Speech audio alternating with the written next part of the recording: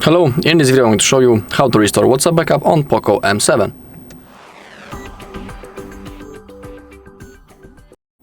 Okay, before we launch our WhatsApp, we need to open up the settings and we need to make sure that when we scroll down, when we click on the Google, that we are signed in into the exact same Google account that we have selected before when we were creating a backup. It is really important because if you'll be signed in into wrong account, you won't have possibility to restore your chats. So now, once we know that, open up your WhatsApp, select your language, click on Agree and Continue. You can click on Allow to send the notifications, and now in that place we need to type our phone number.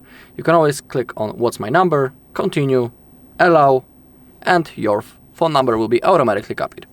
Then click on Next, click on Yes. Now we need to wait a little bit. We also have to verify our phone number. We have a few methods how we can do it. We have the code from the SMS message, the missed call function, and something else, the voice call.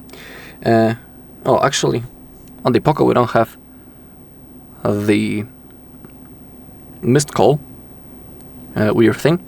So now I'll have to wait a little bit, and I'll use the, actually the SMS code finally has been sent. Okay, now we have the contacts and media. Click on Continue, click on Allow, Allow, and Allow All. And now select Restore from Backup and click on Continue.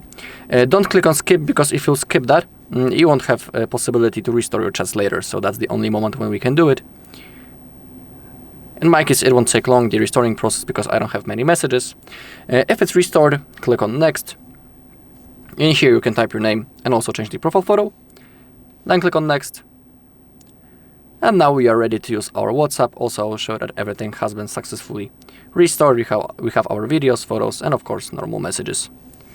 Alright, and that's all in this video. Thank you all for watching. If you found this video helpful, please leave a like, comment, and subscribe.